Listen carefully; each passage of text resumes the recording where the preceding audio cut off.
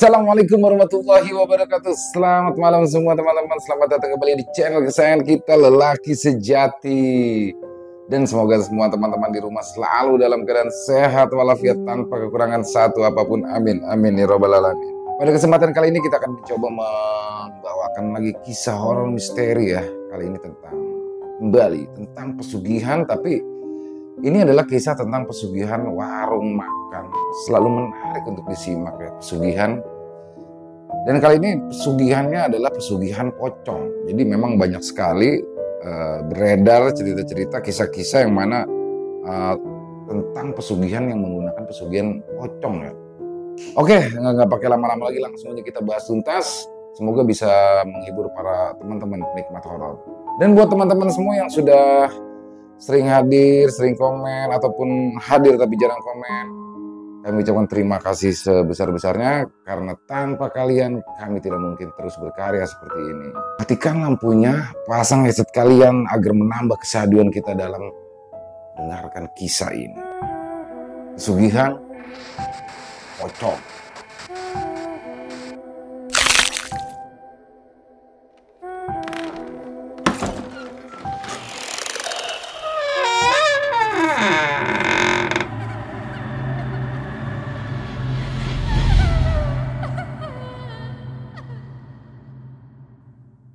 Sesungguhnya segala sesuatu yang terjadi pada seseorang untuk mengambil jalan pintas, pastilah ada kesulitan di dalam hidupnya. Kita tidak mungkin dapat menerima apa yang dilakukan oleh seseorang itu, namun justru dari sinilah kita bisa mengambil hikmah atas kejadian ini. Warung soto Pak Ahmadi yang berada di kota Mojokerto, Jawa Timur. Siang hari itu situasinya sangat ramai sekali pada jam makan siang. Ya, warung makan yang letaknya cukup dekat dari alun-alun kota Mojokerto ini memang selalu penuh sesak dengan pembeli, terutama di jam-jam makan siang ya. Mereka ini yang datang, yang makan tidak saja dari orang tua, namun juga dari anak muda, bahkan anak-anak masih remaja juga ikut menikmati lezatnya warung soto Bapak Ahmadi. Jika sudah begitu, suasananya menjadi sangat riuh seperti di pasar.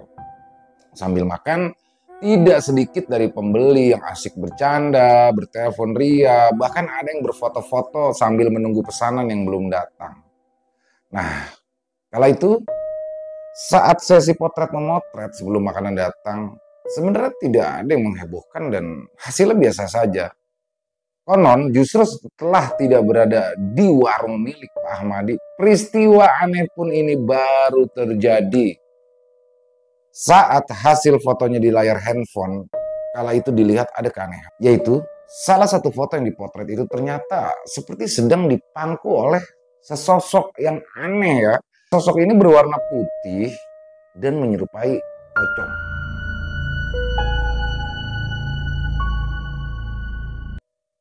Dari beberapa pemotretan, hanya sebuah foto yang menampakkan gambar seperti itu. Setelah kejadian itu ya, berita penampakan orang yang dipangku pocong tersebut ternyata cepat menyebar dengan luas.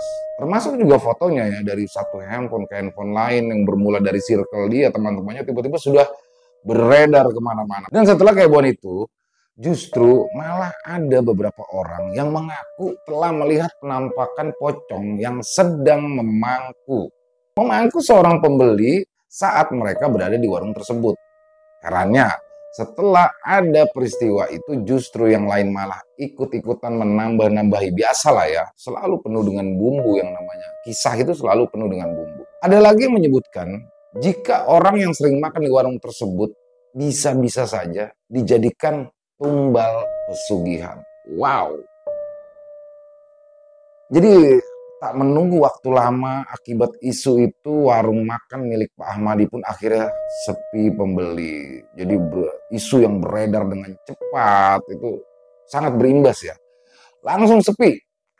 Nah, Pak Ahmadi sendiri yang memang merasa tidak melakukan apa-apa dan tidak mengetahui sama sekali tentang pesugihan ini menjadi heran saat itu. Menjadi heran sendiri ketika melihat dari hari ke hari tidak ada seorang pembeli pun yang datang untuk makan di warungnya. Jika kemarin-kemarin mungkin masih ada 1-2 orang pembeli, namun sekarang sama sekali tidak ada yang mampir di warungnya. Nah, istrinya juga nih yang biasa membantu di warung untuk melayani pembeli, saat itu sudah pulang terlebih dahulu. Mungkin ya karena warungnya sepi, jadi dia anggap udahlah pulang aja.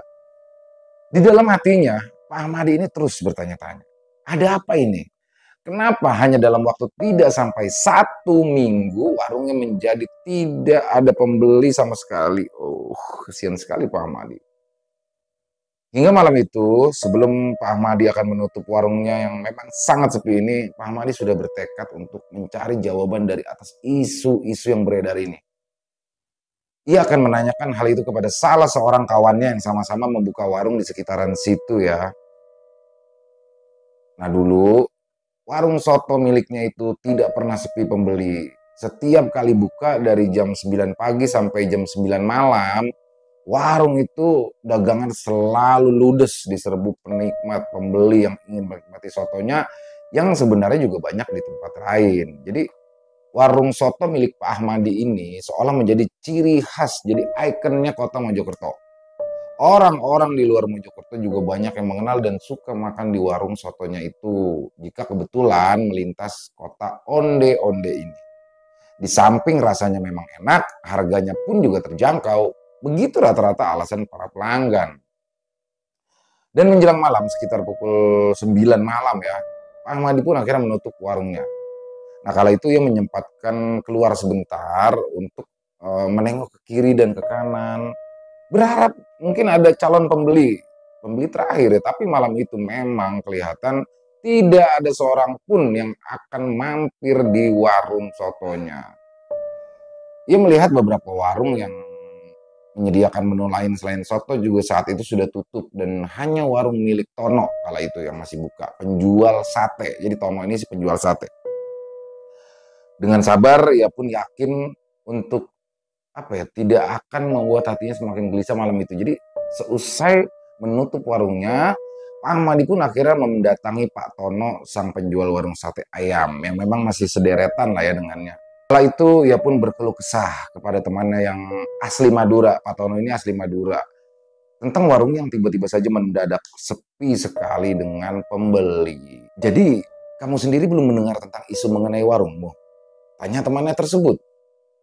Belum, memangnya ada apa sih, No? Dan Tono pun akhirnya menceritakan apa yang didengarnya secara detail. Mulai dari foto dari salah seorang pembeli yang katanya saat itu berfoto-foto lalu hasilnya seperti di pangku pocong, sampai warungnya yang sewaktu-waktu mungkin bisa memakan tumbal.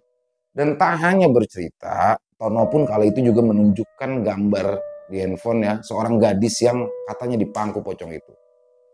Mendengarkan semua itu, Pak Ahmadi jelas menggeleng-gelengkan kepalanya sambil menarik nafas dalam-dalam. Tapi saat ditunjukkan gambar seorang gadis yang katanya sedang di pangku pocong tersebut, saat itu Pak Ahmadi seperti kurang yakin lah ya, jika gambar itu diambil dari warung dia. Sebab latar belakangnya itu tidak jelas. Dan bisa saja gambar itu diambil dari warung lain atau tempat lain. Jadi seperti semacam rekayasa foto lah ya. Dia yakin bahwa isu itu dihembuskan oleh orang yang memang tidak senang akan warungnya yang ramai. Tapi pertanyaannya di sini, siapa orang yang tega melakukan itu? Nah, malam harinya, dengan perasaan yang galau, Pak Ahmadi pun akhirnya pulang ke rumahnya yang tidak terlalu jauh dengan berjalan kaki. Barang dagangannya saat itu dia tinggalkan begitu saja di warungnya tanpa ada yang dibawa pulang. Dan seperti biasanya ia pun lalu masuk ke dalam rumahnya yang sudah sepi, tapi kali ini pintunya tidak dikunci. Mungkin ya, istri dan anak-anaknya yang sudah berumur 7 tahun sudah ketiduran sehingga sampai lupa mengunci pintu rumah. Batin si Ahmadi, tapi sesampainya dia di ruang tengah, di dekat kamar yang biasa digunakan untuk menaruh barang-barang, Ahmadi mendengar sesuatu yang aneh kala itu. Jadi, dia mendengar samar-samar ya. Suara itu seperti suara yang lirih sekali. Tapi anehnya, ia seperti mengenali siapa yang mengucapkan kata-kata yang berulang-ulang menyerupai pembacaan mantra itu. Kadang jin mayit, kadang jin duit, kadang jin mayit, kadang jin duit. Begitu kalimat itu terdengar sampai berkali-kali. Tiba-tiba akhirnya datanglah hembusan angin yang entah dari mana. Ahmadi yang saat itu sedang mendekati ruang itu sampai dibuat merinding ya. Bersamaan dengan datangnya tiupan angin yang tiba-tiba dan dari arah yang mana dia entah. Sementara dari dalam kamar, Ahmadi pun masih mendengar suara yang mengucapkan mantra itu berulang-ulang kali. Tiba-tiba lagi terdengarlah suara seperti benda yang terjatuh. Setelah itu suasana kembali sunyi. Ahmadi pun akhirnya memberanikan diri untuk mengintip. Ternyata di dalam kamar istrinya saat itu sedang menghadapi sebuah benda yang terbungkus kain putih menyerupai wujud pocongan. Tak kalah kagetnya saat benda yang menyerupai pocong itu dibuka, ternyata di dalamnya berisi uang tunai dalam jumlah yang sangat banyak. Ahmadi seolah tidak percaya dengan apa yang dilihatnya, tapi rasa penasaran di sini membuat keberanian yang muncul untuk melakukan apa yang sedang dilakukan oleh sang istri. "Apa yang kamu lakukan, Sri?" tanya Ahmadi menyebut nama panggilan istrinya yang bernama lengkap Sri Atun. Sri terkejut, namun cepat-cepat wajahnya berganti dengan senyuman yang sumringah. Begitu mengetahui kalau yang datang itu adalah suaminya. "Mas, kita kaya mas. Kita kaya raya mas. Lihat ini, semuanya uang banyak sekali. Tidak ada apa-apa, warung soto kita sekarang sepi. Tapi sekarang kita bisa menjadi kaya raya dengan uang ini," ucap sang istri meyakinkan Ahmadi. Jadi selama ini kau memuja melakukan pesugihan pocong, Sri? Berarti benar apa yang diisukan orang-orang tentang warung soto kita? Tanya Ahmadi seolah masih belum percaya dengan apa yang dilakukan sang istri. Ia diam. Seperti mengiyakan atas semua yang terjadi, Ahmadi pun sempat tidak setuju dengan apa yang dilakukan istrinya, menghalalkan segala cara untuk mendapatkan kekayaan. Ia takut nantinya bahwa semua itu akan menimbulkan sesuatu yang tidak baik. Ya, seperti meminta tumbal misalnya. Namun, ia pun sudah tidak bisa berbuat apa-apa, sebab semua sudah terlanjur dilakukan sang istri tanpa sepengetahuannya, tanpa seizinnya. Dan penyesalan itu pun semakin mendalam saat anak sematawayangnya meninggal di jalan raya akibat ditabrak kendaraan bermotor ketika sepulang dari sekolah. Ahmadi pun kala itu sempat menduga jangan-jangan itu akibat tumbal bagi mereka yang memuja pesugihan pocong. Tapi pikiran itu pun akhirnya sirna saat ia pun terhanyut dalam kenikmatan yang dihasilkan dari memuja pesugihan pocong yang dilakukan istrinya. Konon, selain bisa menarik harta benda secara langsung yang menyerupai pocongan, mereka yang menganut pesugihan pocong juga ikut terbantu jika mempunyai usaha warung makanan, dagang, dan sejenisnya. Nah, cara pocong pesugihan itu bisa menarik pelanggan.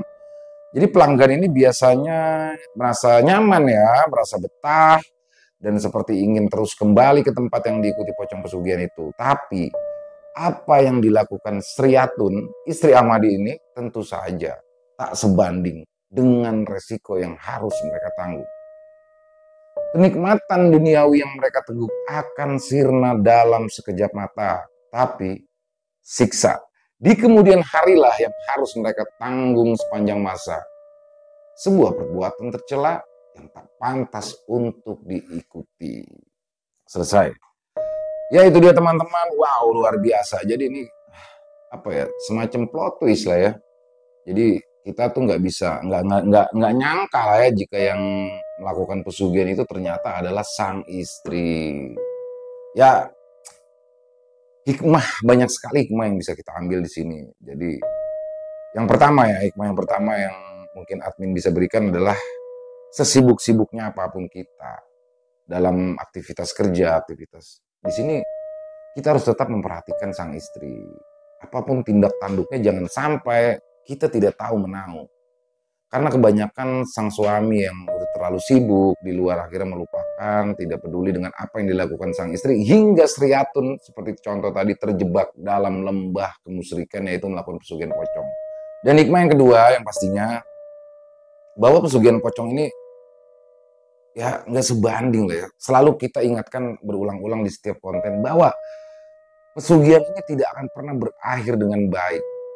Baik di dunia maupun di akhirat nanti. Di dunia saja mereka sudah dapat uang banyak tapi kehilangan sang anak. Nah di sini anak ini tuh investasi yang tidak ternilai. anak itu titipan. Jadi ketika dia punya uang banyak tapi anak meninggal buat apa? Itu. Sedangkan kita cari duit, kita sebagai suami nyari duit itu untuk apa? Untuk anak. Jadi ketika Sri Atun dan Ahmadi punya banyak uang tetapi anaknya dijadikan tumbal, ya ini sia-sialah semuanya. Tapi di dalam kisah tadi di akhir, Ahmadi sudah terlena, sudah menikmati uang itu dari hasil pesugihan pocong yang dilakukan istrinya. Jadi semoga teman-teman juga di rumah bisa mengambil hikmah yang baik. Dan apabila saya ada kesalahan dalam berkata-kata dalam membawakan kisah tadi, mohon dibukakan pintu maaf yang sebesar-besarnya. Dan buat yang punya komentar lain, silakan bisa tulis di kolom komentar, atau hanya untuk sekedar saling menyapa, kita akan berusaha membalas satu persatu komentarnya. Dan lanjut, buat yang suka bisa diklik tombol jempolnya, tombol like-nya. Buat yang belum subscribe, silakan bisa diklik tombol merah subscribe-nya. Dan jangan lupa nyalakan loncengnya agar teman-teman selalu mendapatkan notifikasi dari konten yang akan kami upload selanjutnya. Dan di akhir kata, sekali lagi saya mohon maaf apabila ada kesalahan dalam berkata-kata. Sampai jumpa lagi di konten-konten kami selanjutnya yang pasti tidak kalah horornya. Masih bersama saya Ilo, di Lelaki Sejati. Salam sehat, sukses selalu untuk kita semua.